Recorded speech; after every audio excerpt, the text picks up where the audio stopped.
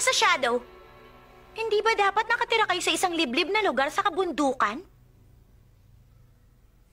Oo. Sa loob ng mahabang panahon, tahimik kaming namuhay.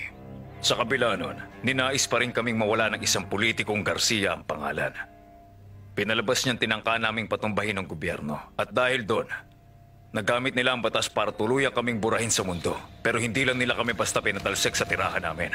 Walang awa nila kaming pinahirapan. Isa na ron, ang pag-upan nila ng mga hunter para hulihin kami at ipatapon sa isang concentration camp. At doon nagpatuloy ang kalupitan. Marami sa amin ang inalipin ng walang patid hanggang sa mamatay na lang sa matinding pagod at sakit. Kaya nandito kami ngayon para maghiganti.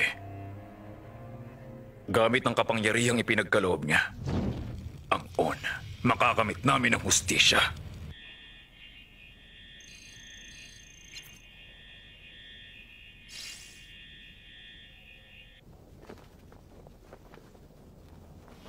Nakakadismaya naman. Mukhang hindi pa kumikilos ang association.